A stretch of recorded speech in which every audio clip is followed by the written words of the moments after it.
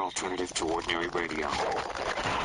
Now we've got Roger Losh, country singer-songwriter, and he's done a lot in his life, and he has a lot to say about what he's done and what he's going to do, and that's what we're here to find out about our fellow artists all over the world. And so, this is the video wall. As you can see, it spreads right around, and that's what it does.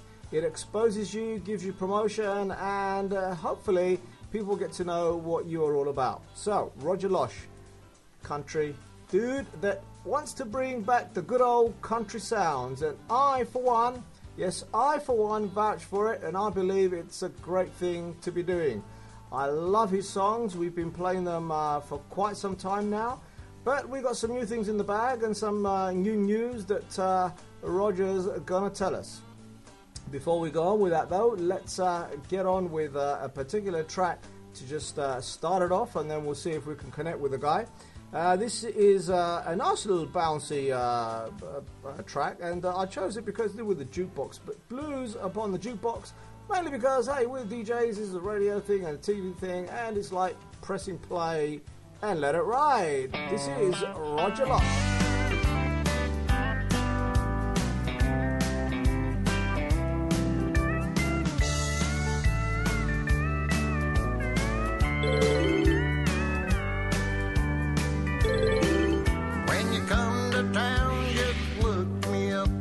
I'm not that hard to find. 2 doors down, there's a honky-tonk. There you go. Hopefully this is what we will see. The main man himself. Hello there, Roger. How you doing? How are you doing, young man? Hey, long time no see. Long time no see. see. To see you guys. Yeah, how's it going down there in the States? Oh, it's going pretty good, actually, man. How's it going for you guys? You guys have done an absolute bang-up, wonderful job on setting the station up all over again, man. And those programs, man, if these people don't jump on this, they're losing the boat. Hey, thanks a lot, Roger. Good to see you, man. Good to see you. And I love the hat like always. God, you look like a true country dude, my man. Absolutely wonderful. Absolutely. Okay, so let me just have a little tune playing there in the background, and let me tell the guys here that you're not exactly round the corner to where I am. You must be at least 12,000 miles away, right across the Atlantic, or right across, past the Mediterranean, and in some city, and the city is called Indianapolis, Indiana. Wow, there you go. The man has said it. Indianapolis, Indiana. It reminds me of a tune way back in the Motown days. Indiana wants me. Okay. Hey, I'm really happy to see you, man. Honestly, it's lovely. I get chuffed about these interviews because they get a little bit personal with me. Very friendly with artists that are on the Fatsa Fatsa show. And nobody seems to realize that we have this one-to-one contact, and a lot of people might not believe it. Maybe they think it's hype, but before we get into our interview and talk about your life, just reassure me and the listeners that this is not hype, man, because I mean, that's why I was smiling, because this is so real. Even when we even if it's, hasn't been that we talked, like, 6 months ago, we did an interview. We did one of the first interviews 6-7 months ago, right? Well, no, this is totally live. I mean, this is what it is. I mean, I haven't I've talked to you, but no, this is the real live deal. And shoot, if you like country, it's live. It's live, man. And here we are. There you go. Okay, so let's hit the road and let the people know. First of all, Roger Losh. Who is Roger Losh, and how did Roger Losh decide he's going to be a country singer-songwriter? Well, it's been several years ago, but shoot, you've got to understand me. I've got a big sense of humor, and I don't know if I fell down off a bar stool and hit my head and usually just started rolling out, or if I just sit and practice it. You got to understand, it's a sense of humor. No, I was born in Baltimore, Maryland, back in the years, and had a lot of fun back as kids, and grew up with a guy by the name of Marty. And his dad used to play lead guitar for George Jones, and that's where I got really inspired by it. And a wonderful opportunity to meet George and Tammy. I was on a tour bus when I was about 14 years old. And I tell you what, that was a treat back in the day. Yeah, I bet it was in those days. That's real stuff in those days, right? Real things, that was. Reality. Oh, that's the real deal. I mean, that's the real thing. I mean, I don't know what to say about it, except that it's overwhelming, and if you can ever get a chance or an opportunity to meet somebody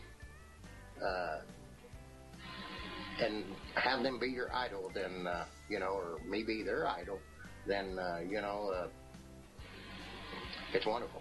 So that's how it started. And in those days, correct me if I'm wrong in those days, because I don't want to sound... I mean, sometimes when people are like past the age of 30, because obviously you and I are past the age of 30, but young at heart, and people hear us and we say how it used to be, people think immediately, you're old. No, we're not. But the reality is, though, in those days, stars, as we knew them, and they were stars, they actually took a moment to say hi, did they not? Oh yes, they did. Yes, and they had time for the people. Yeah. I mean, it was like a good neighbor. I mean, you actually had time for your people and to talk to your people. That's the good old days. And it doesn't mean that I'm old. No, it just is the way it is. And again, as a producer, wearing a hat of a producer, I'll go with the times. I'll go with the hip hop and the rap and whatever, even the thrash metal that's come, and even dead metal. When I hear it, it is quite dead. But regardless of that and my tastes, I'm still open-minded to listening to all kinds of music. So it's nothing to do with age. It's really the times are changing, and it's a matter of everybody respecting everybody else. And I respect the fact that you are trying to get this sound of country back again. Now, having said that, after you met your idol, so to speak, and a person who must have given you some kind of, a wow feeling to move on, when was the first time you actually, decided you're going to pick up a guitar or, I don't know, some instrument and go for it, Roger?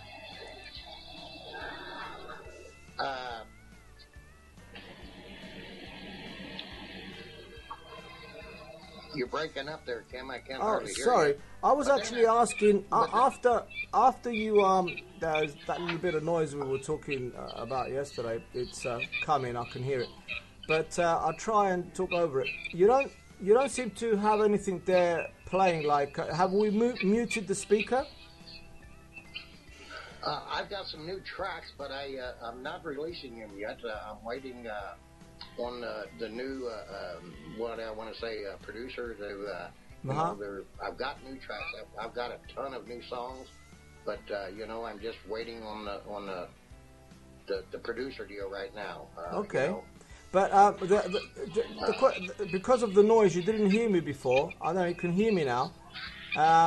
If you can hear me now, the question I had for you before, Roger, was how did you develop to go into the music? When did you get your first guitar and started to learn your chords and so on? How far did that go back? Oh yeah, well I was about 14 at that time, and I bought. My dad took me down and let me buy a guitar from a pawn shop for $22, and that was a big deal back then. And I earned it from helping neighbors feed cattle and different things like that. And then as time went on, joined a little church groups and things like that, and that's where I got to learn the chords, basic fundamentals, timing and stuff like that. But I think you get your timing at a very early age, just sitting around beating on a table or something. Yeah. And then and then get to practice a lot of songs of Charlie Pride, George Jones, people like that. Those are some wonderful and extremely talented artists. Okay, when you moved on and you got into you passed your teens and got into your 20s and so on, did you dabble in music? In your sort of like after your teens, did you continue to write and have this feeling of this is me, I'm going to be a country singer-songwriter? Oh yes, absolutely. Then I think that's when I started actually doing some of the writing was back in my 20s, and join bands and get together with different guys around jam sessions or just sitting around in guys' backyards, and we try to get things together and started writing back then. And then I gave music down for a while, trying to raise a family and helping raise a family, and then go back to playing music, things like that. It's not easy in any profession that anybody chooses. Well, okay. So let's move on. Your album, your album to date, I believe you recorded it in Nashville. So how did that project come about? Like, how did you get the stuff together? And then when you got enough songs, what made you say, well, I'm going to Nashville and I'm going to do some recording, man? How did that come about? Well, that came about, just a couple of years back. I had several songs over the years. I've, I mentioned some like The Bank Took My Tractor and different ones that I have done that possibly is going to be on the next CD. The Bank Took My Tractor. We haven't decided. We're still editing and auditing that issue. Better the tractor than your house, but then it depends whether you're a true cowboy or not, because the tractor is just something, isn't it? Yeah. Oh, yeah. The tractor seems to be the holy thing of all holy things when you come to a cowboy. Yeah. Okay. So that'll be on the next CD. Let's listen to a track. Tell me about the track "Devil Has Wings." How did that come about, Roger? We're going to hear it in a minute, but how did that come about? Oh, well, that's a good one there. I guess it's a part of life. When a woman takes off, I guess she's devil's got wings. All right. That's basically what I can say about that. God, I should have thought of that, but I didn't. But, you never know. I mean, some people write things, and you don't know what's behind it. But what interests me when I talk to songwriters is how an idea comes about, and develops into a song, and then from then on it just tells a whole story behind it. And then when you actually listen to it and you know the story, the song kind of it has a deeper meaning than just listening to it and thinking, hey, this is a nice song. That's the reason. So, Devil Has Wings, and yeah, you're quite right. Women sort of, come up and go and so on. So let's listen to this track from Roger, and then we'll come back and chat a bit more.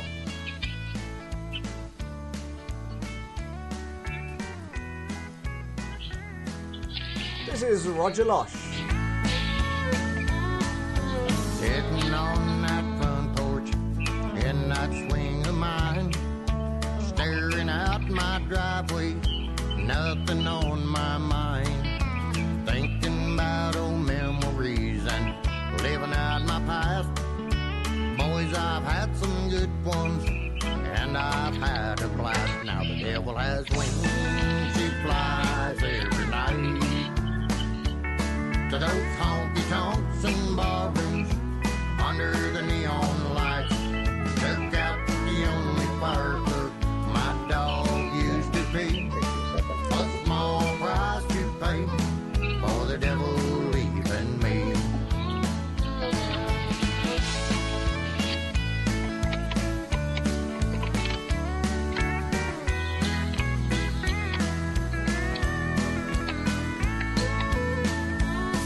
I built me a in 63. That red-headed devil, she took it from me. With a 460 engine, man, that car would scream. The finest set of bumpers, every young man's dreams. Now the devil has wings, he flies every night to those honky-tonks and ballrooms under the neon lights. Took out the only fire club where my dog used to be. A small price to pay for the devil leaving me.